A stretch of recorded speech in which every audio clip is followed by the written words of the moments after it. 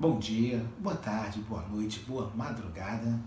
Meu nome é Robson Rocha e você está no Conversas no Caminho.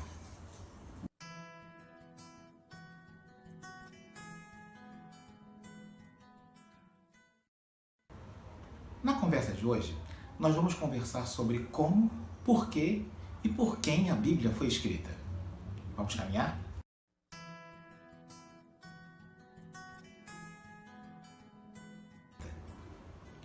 Vamos começar no seu aspecto mais prático, no como a Bíblia foi escrita, em que material que a Bíblia foi escrita. Bom, antes de tudo, em primeiro lugar, no início ela não foi escrita. No início, as histórias sagradas eram passadas de pai para filho de forma oral. Quando não havia escrita, quando o alfabeto ainda não havia sido inventado, quando não havia sido inventado formas de se transportar um documento de um lugar para o outro, as histórias eram passadas de uma mente para outra por meio da voz. Estamos falando de tribos, de famílias, de clãs reunidas à noite em volta da fogueira, onde o mais antigo, o patriarca do clã, contava as histórias de seus pais, avós, de seus antepassados para seus filhos e netos. Era a forma de manter vivas as suas histórias e as suas tradições. Em primeiro lugar, as histórias que nós vemos no Gênesis não foram escritas. Primeiro elas foram contadas. Abraão contou para Isaac como Deus o chamou, contou a história de Arã, contou a história de Ló, seu sobrinho. E Isaac contou para seus filhos as histórias de Abraão, as suas próprias histórias, as histórias de Adão, de Noé, do dilúvio, e assim por diante.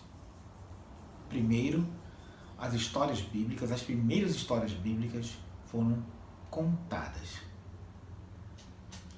E em seguida, aí sim, vieram os primeiros registros escritos, que não foram escritos em papel, porque o papel não havia sido inventado ainda. A primeira forma de escrita conhecida foi a escrita cuneiforme, inventada na Mesopotâmia, e ela era escrita em tábuas de argila. Primeiro como forma de documentar, quantificar quantidades para que o rei das cidades, estados, pudessem ter um controle dos impostos e do que estava sendo comercializado, e depois se tornou uma forma de contar e documentar a história desses povos. E diversas histórias nos chegaram até hoje, como a epopeia de Gilgamesh, as histórias dos povos antigos, dos reis antigos da Babilônia, Assíria, Egito. Então os primeiros contatos vieram por meio da escrita cuneiforme, que tem esse nome porque os alfabetos tinham formato de cunha. Eles eram como palitos que eram apertados na gira mole e cada formato era uma palavra. Demorou-se algum tempo até que conseguisse decifrar o significado dessas cunhas, dessas argilas. E obviamente muita coisa se perdeu com o passar dos anos, porque a argila é um material frágil. Mas arqueólogos conseguiram localizar grande quantidade desses documentos a ponto de poder reconstruir um pouco do como era a vida nas grandes cidades-estado da Mesopotâmia. Bom, mas não há apenas o registro oral e nem o registro em argila, há o registro em pedra. Porque a pedra é perene, é um registro documental fixo, firme, perene e monumental. Porque é feito para ser visto pelos povos. Então era feito nos palácios, nos templos, onde os blocos de pedra das colunas e das paredes eram entalhados para registrar as histórias dos reis, suas conquistas e também dos seus povos. E isso ficou até hoje. Inclusive, uma das pedras mais famosas é a pedra Roseta, que permitiu se descobrir qual era o significado da escrita hieróglifa egípcia. Outras pedras famosas também é a pedra Moabita, que também permitiu conhecer o alfabeto e o significado das palavras dos povos mesopotâmicos. Então o registro em pedra, ele tem esse caráter oficial. É um registro dos reis, dos poderosos, contando a sua visão acerca dos seus reinados. Obviamente uma visão sempre positiva de si mesmos. Então nós já vimos que há o registro oral, o registro em argila e o registro em pedra. Posteriormente, houve também o registro em papiro. O papiro é uma planta aquática que nasce às margens do rio Nilo. E ela foi usada, a sua fibra, para, de forma trançada e secada, se tornar uma superfície na qual se podia escrever com tinta. Um documento facilmente portável de um lugar para outro. Então o papiro rapidamente se tornou uma forma padrão de comunicação nos povos antigos, devido à sua leveza, à sua praticidade e à sua portabilidade. O principal problema do papiro é a sua fragilidade. É uma fibra secada, então ela não resiste ao calor, ao fogo, à água, e se não for devidamente guardada, ela pode se estragar. Alguns papiros conseguiram sobreviver até hoje, porque estavam guardados geralmente em vasos de barro hermeticamente fechados, protegidos das ações do ar, da água, do fogo. Mas muito se perdeu, não há dúvida quanto a isso. Posteriormente ao papiro, houve o pergaminho, que foi desenvolvido na cidade de Pérgamo, por isso esse nome, que é uma nova tecnologia. Sim, nós podemos usar o termo tecnologia para cada uma dessas formas de documentação. Tecnologia não se refere apenas à eletrônica ou mecânica. O pergaminho ele foi feito com couro. Curtia-se o couro de animais, como cabras, ovelhas, e aí secava-se ele, curtia-se, e se tornava uma superfície flexível e resistente, mais resistente que o papiro, mas porém mais cara, para se escrever. E foi usado tanto o papiro quanto o pergaminho para se fazer rolos. Você tinha um cilindro na qual essas superfícies eram enroladas e, portanto, fechadas.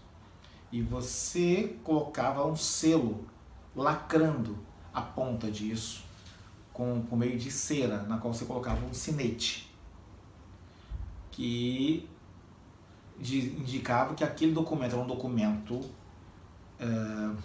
reservado e que só determinadas pessoas específicas podiam abrir aquele selo para ler aquele documento. Esse é um tipo de documentação e de catalogação que era utilizado nos povos antigos. Até muito recentemente se usava essa forma de lacre, por meio de cera com o selo, o brasão de quem estava enviando aquele documento para outra pessoa. Por isso, na Bíblia, no livro de Apocalipse, nós falamos de quebrar os selos destes rolos onde estavam escritos os decretos de Deus, que só pessoas autorizadas poderiam abri-lo. Então, o pergaminho foi usado em larga escala. Primeiro em rolo e depois no formato de códice. O que é o formato de códice? É o formato do livro que nós conhecemos até hoje, com capa e páginas internas. Os livros do Antigo Testamento eram escritos em rolos.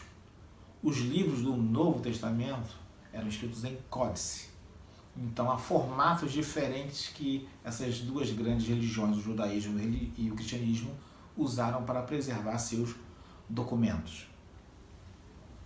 E então essas eram as principais formas, os principais materiais na qual a Bíblia foi escrita. E todos esses materiais eram frágeis. Com o tempo, com o uso, se desgastavam. Por isso, havia necessidade de cópias, copistas, escribas, pessoas especializadas em, ao pegar um documento que já estava ficando desgastado pelo uso, transcrever todo aquele conhecimento para uma folha nova em branco de papiro ou pergaminho. E por isso não existe o livro de Êxodo original escrito por Moisés. Por isso não existe o Evangelho de Lucas original escrito por Lucas. Porque era um material que era muito usado por suas comunidades de fé e com isso se desgastavam rapidamente. E então o que nós temos hoje são cópias das cópias, das cópias, das cópias. Porque o uso de uma comunidade, você tinha que fazer cópias para levar para outras comunidades, para outras igrejas. E era assim que era transmitido esse material, muitas vezes guardado em vasos, em cilindros de barro, para serem protegidos. Nas cavernas de Qumran foram descobertos diversos documentos da comunidade essênia, inclusive um livro em rolo de pergaminho do profeta Isaías, guardado, preservado dentro de um jarro especificamente feito para guardar documentos. Eram as bibliotecas do mundo antigo. Jarros de barro fechados com documentos dentro, com papiros e pergaminhos protegidos do ar, da chuva, do fogo. Mesmo assim, com o passar do tempo, muitos deles chegaram até nós em um estado muito precário de conservação. Resistiram bem aos séculos, mas não conseguem resistir bem aos milênios. Mas é assim que a Bíblia foi escrita e transcrita para chegar até nós.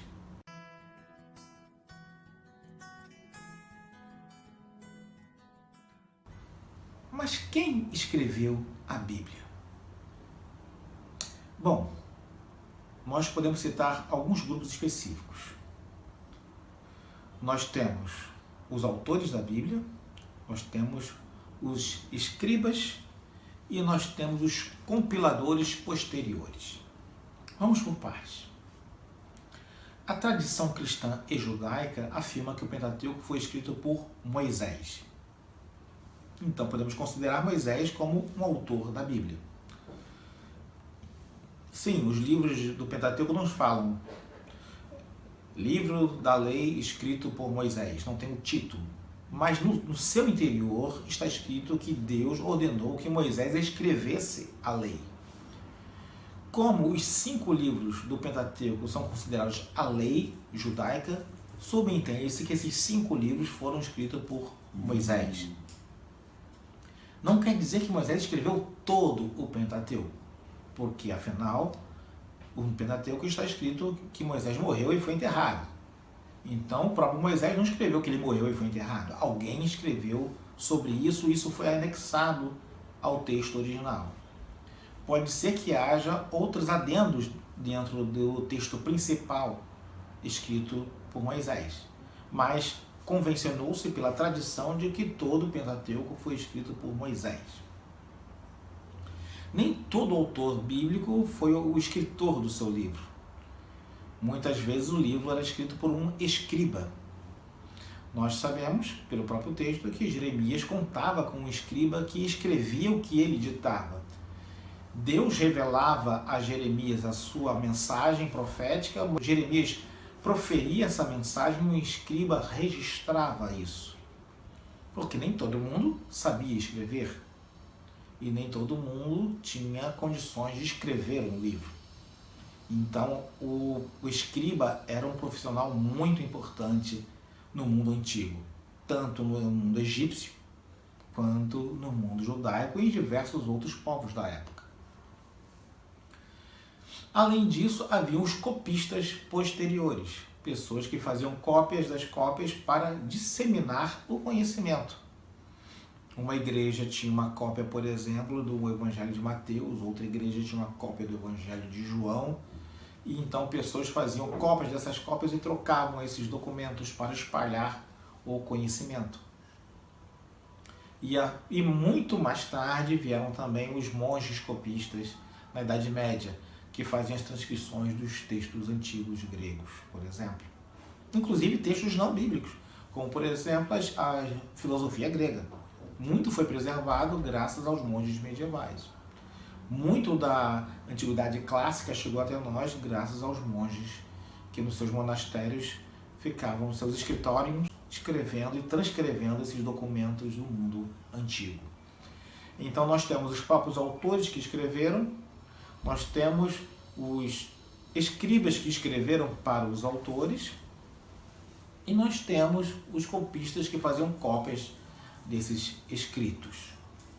E por meio de todas essas pessoas, a palavra de Deus chegou até nós. com segurança e com confiabilidade, o que é uma coisa muito importante. Há variações? Sim, há variações. Quando uma pessoa fazia uma cópia de um texto, às vezes ela podia colocar uma nota de rodapé, ou excluir algum comentário, ou errar alguma palavra quando estava fazendo a cópia. Mas como existem milhares de cópias de trechos de textos, especialmente do Novo Testamento, então os estudiosos conseguem fazer uma comparação para se chegar ao melhor texto grego, ao melhor texto hebraico do Antigo e do Novo Testamento. E esse é um trabalho que não tem fim. A cada nova descoberta de um novo documento são feitas novas comparações para se chegar ao texto mais fiel possível do que foi escrito pelos seus autores. Robertson, você pode dar um exemplo disso? Sim, posso. Existem cópias do Evangelho de João que não possuem a história da mulher adúltera. E aí fica-se a dúvida. A história da mulher adúltera foi incluída no Evangelho ou foi retirada do Evangelho por algum desses cópias? Não se tem como saber. Acredita-se que ele é um texto original. Então, todas as Bíblias contêm esse texto. Algumas podem até colocar em colchetes para indicar. Alguns manuscritos não têm esse texto. Mas por que se acredita que ele é um texto original? Porque é uma história controversa. Jesus Cristo, no mundo, digamos assim, primitivo, machista, do século I, da comunidade judaica do mundo antigo, ao defender uma mulher pega em adultério, seria algo chocante para os valores daquela época. Então, é compreensível alguém retirar isso do que alguém colocar isso na Bíblia. Se é algo que chamava a atenção, que chocava, então é compreensível que algumas pessoas que não estavam ainda imbuídas realmente do pleno conhecimento da palavra de Deus quisessem tirar isso, porque confrontava a sua visão de mundo, mesmo sendo cristão. Mas o fato disso estar lá se harmoniza perfeitamente com o Jesus que nós vemos no Evangelho, que batia de frente com a moralidade hipócrita da sua época e procurava mostrar o verdadeiro valor da palavra de Deus, da santidade, da misericórdia de Deus, onde Deus não quer a destruição da vida do pecador, mas o resgate do pecador. Então, a ausência desse texto em algumas cópias dos evangelhos não significa que ele foi acrescido posteriormente, mas mostra que há essas diferenças. E por isso é necessária a comparação, justamente para evitar que se tenha um texto adulterado, mesmo com a melhor das boas intenções, ou que essas intenções não sejam tão boas assim. É um estudo constante para se manter a Bíblia íntegra.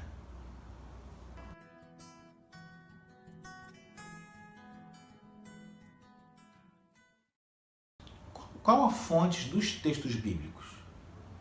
Isso é interessante saber. Nós já sabemos em que material ela foi escrita, já sabemos por quem ela foi escrita, mas qual a fonte dessa revelação? Porque a Bíblia é uma revelação. Nós temos diversas considerações a esse respeito. Ou melhor dizendo, nós temos diversas fontes do texto bíblico.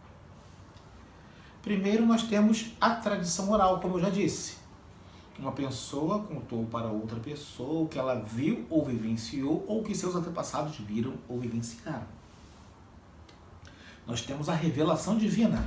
O próprio Deus fala para a pessoa o que ela tem que escrever. Vai e escreve isso, isso, isso, isso. Por exemplo, vamos pegar o livro de Gênesis. Partindo do pressuposto que ele foi escrito por Moisés. Moisés não estava presente quando Deus criou o mundo. Moisés não estava presente no Jardim do Éden. Moisés não estava presente quando Abraão foi chamado por Deus para ir para Canaã. Moisés não estava presente quando Jacó foi para o Egito. Ele só foi nascer 300 anos depois disso, desse último fato. Mas a tradição oral dos antepassados de Moisés foi contando de pai para filho cada uma dessas histórias. Então, ele fez um registro dessa tradição oral. Eu posso imaginar Moisés no deserto, reunido com os anciãos das 12 tribos, ouvindo essas histórias dos seus antepassados e escrevendo elas. Mas o próprio Moisés também ouviu do próprio Deus as leis que deveriam reger o povo de Israel, e ele escreveu isso. Então, no Moisés, escritor, nós vemos tanto aquele que transcreveu a tradição oral, quanto aquele que recebeu diretamente da boca de Deus o que deveria ser escrito. Então, nós temos aqui duas formas de registro da palavra de Deus. Nós temos também o testemunho ocular. Continuando ainda com Moisés. Moisés foi testemunha ocular da sarça ardente, com Deus falando com ele. Moisés foi testemunha ocular do mar vermelho se abrindo. Moisés foi testemunha ocular das águas amargas se tornando em águas potáveis. E ele escreveu sobre todos esses fatos e muitos outros. Então, mais uma vez, em Moisés nós vemos a tradição oral, nós vemos o recebimento direto da revelação divina e nós vemos a testemunha ocular de fatos que Deus queria que fossem registrados em sua palavra. Mas além do registro oral, além da revelação direta, além do testemunho ocular dos fatos, nós temos o registro documental. Como assim? Vamos pegar como exemplo os livros de Crônicas e os livros de Reis. São livros que registram a história da monarquia de Judá e de Israel, os dois reinos divididos. Desde o início, com Davi, o reinado davídico, até o final, com a conquista de Israel pelos assírios e a conquista de Judá pelos babilônicos. Se esse livro conta a história de Davi até o fim desses reinos, então os seus autores não foram testemunhas oculares que viveram desde a época de Davi e viveram centenas de anos até que houve essas conquistas dos reinos. Então tiveram que utilizar fontes documentais que registraram as crônicas dessas monarquias.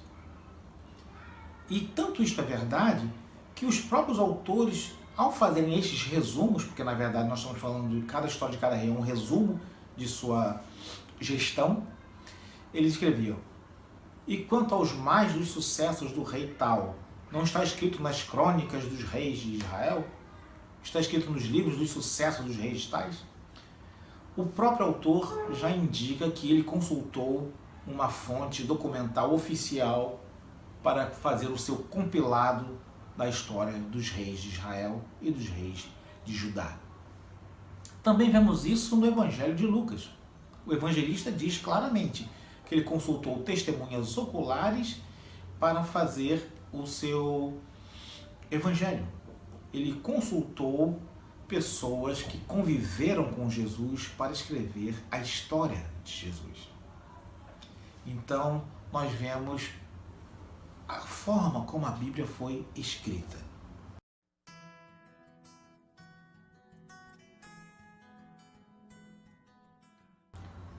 Ela foi escrita em materiais de sua época, conforme a tecnologia que havia em cada época: pedra, papiro, pergaminho, rolo, códice. Foram escritas por testemunhas oculares, pelos próprios personagens da Bíblia, por escribas contratados por esses personagens da Bíblia, por pessoas que resolveram documentar os fatos antigos. e foram escritos por meio de quem viu, de quem ouviu a revelação, de quem estava presente, de quem ouviu a história do seu avô e de quem consultou documentos antigos. Então, essa é a forma como a Bíblia foi escrita, revelada por ela própria e pela arqueologia. Toda a Bíblia aponta para Jesus. Toda a Bíblia aponta para o cumprimento deste plano. Para isso esse livro foi escrito. Para isso essa tão grande nuvem de testemunhas que viram, contaram o que viram, escreveram o que viram, documentaram o que viram, fizeram cópias desses documentos para que eu e você hoje pudéssemos ler, compreender e nos render a tão grande amor. Convido vocês a mergulharem nessa palavra de Gênesis a Apocalipse e conhecer este Deus que se revela por meio dessas palavras sagradas, escritas por pessoas comuns como eu e você. Muitas delas não tinham a menor ideia do que estavam fazendo iria perdurar pelos séculos dos séculos.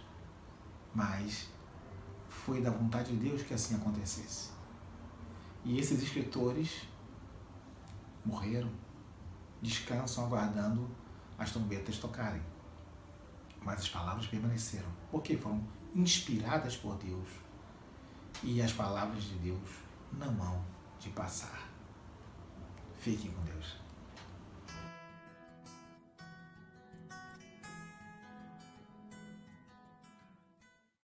Por fim, eu queria convidar a cada um de vocês a conhecer um pouco mais disso que eu falei por meio de leituras complementares.